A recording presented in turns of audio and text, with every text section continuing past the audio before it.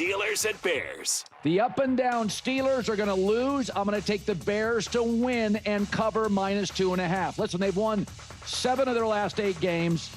Number 2 rushing offense. They don't need big plays. Caleb does not throw a lot of picks. And at home, he's a better quarterback. At home, he's only taken 1 sack in the last 3 games, and his passer rating's mid-90s. He has been, like a lot of young quarterbacks, he's been better at home. The Steelers, Aaron Rodgers is banged up. They can't run the football.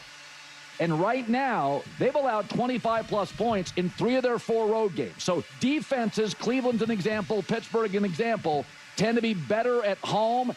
I'm going to take the Bears to win and the Bears to cover 27-21. All right, let's dive into this. To be perfectly honest, this is a challenging matchup to break down because the central piece of information remains unconfirmed. Is Aaron Rodgers actually suiting up? The entire complexion of this game shifts dramatically based on that single variable. Is it the future Hall of Famer under center, or is it Mason Rudolph? That fundamental uncertainty makes a detailed pregame analysis feel a bit like building on quicksand. What has truly defined the Chicago Bears season thus far is their uncanny involvement in a string of incredibly close contests. A significant number of those games resulted in victories not necessarily because the Bears delivered a knockout blow, but often due to a combination of curious on-field execution and perplexing strategic choices from their opponents. The Bears' own merit lies in their ability to navigate that late-game chaos more effectively than the teams they've faced. This is precisely the context where the presence of Aaron Rodgers and Mike Tomlin, assuming Rodgers plays, becomes paramount. When you're facing a team like the Bears in a contest that is tight in the fourth quarter, this is the exact scenario where a coach like Mike Tomlin is expected to validate his reputation. The same principle applies to a quarterback of Rodgers' caliber. This is where their veteran experience and poise are supposed to provide a decisive edge.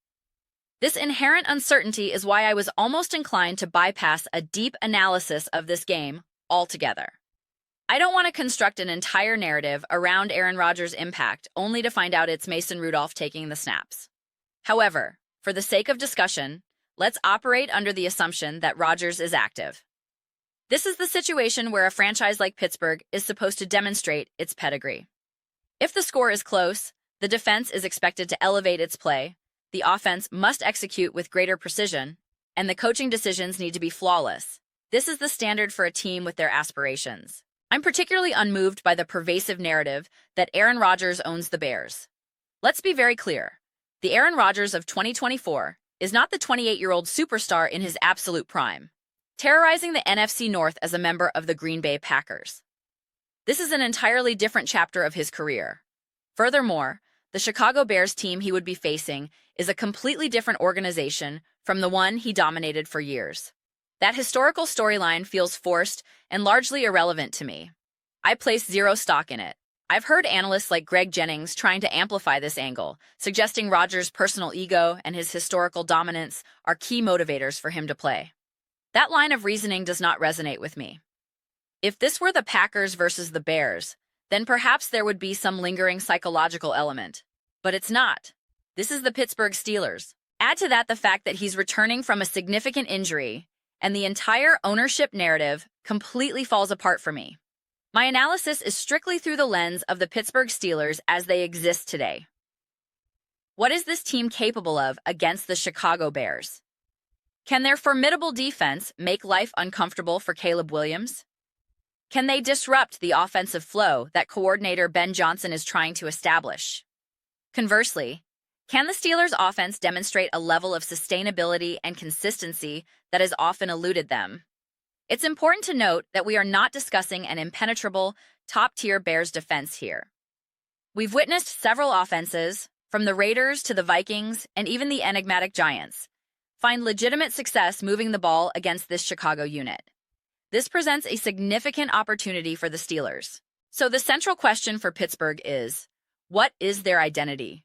Where do they begin to solidify a reliable, consistent formula for winning football games? As I keep circling back to, the massive variable is the quarterback. If it is Mason Rudolph, we saw him perform competently in a limited backup role. We are in an era where backup quarterbacks are stepping in and achieving success across the league, which is pretty remarkable. Whether it's Rodgers or Rudolph, if the Pittsburgh Steelers genuinely aspire to be considered a legitimate winning football team, a squad that can win their division, be viewed as a contender, and make a substantive playoff run rather than just sneaking in and bowing out quietly, then this is a game where you must make a statement. You have to plant your flag here against a team that, while possessing a winning record, has not been a dominant juggernaut. Many of their victories could have easily swung the other way. The onus is on the Steelers, the veteran-laden team with the established head coach and the experienced quarterback, be it the legendary starter or the capable backup, to prove their mettle. They need to demonstrate that they can secure victories in these specific, winnable scenarios.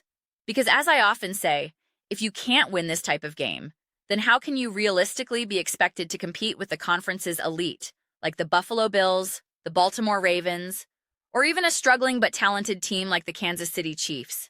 They showed they could beat the Colts, but I'm eager to see how Indianapolis fares against Kansas City to gauge the sustainability of that win.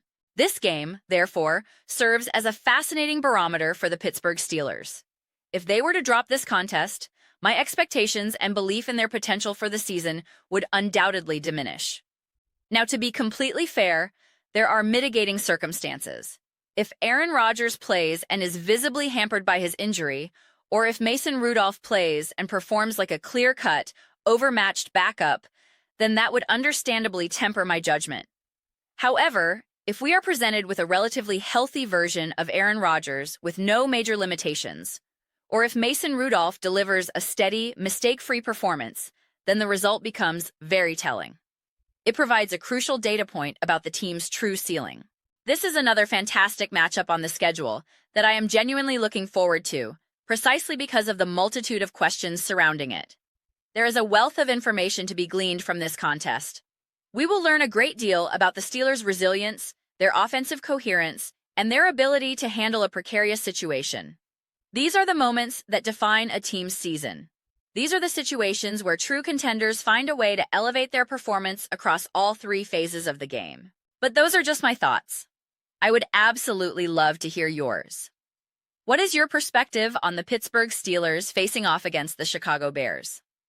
The statistical disparities in categories like total yards per game, rushing yards, and yards per play are stark. But this is precisely the juncture where the Steelers' defense is supposed to rise to the occasion. This is when the offense is expected to find another gear. These are the critical moments that separate promising teams from legitimate contenders. Let me know your opinions in the comments section below. I read every single comment, so whether you find yourself in agreement with me or you think I'm completely off base, let me know. We can get into some lively discussions. We can engage in some spirited debates. But ultimately, let's remember to have some fun with it all. Please do consider subscribing. We are building an amazing community here, and I would absolutely love to have you as a part of it. I want to build something that we all feel genuinely connected to, something we're truly excited and proud to be involved in. I believe we are well on our way to achieving that. Please don't forget to give this video a thumbs up, as it genuinely helps with the visibility and the platform's algorithm. Thank you so much for watching. I'll see you all next time.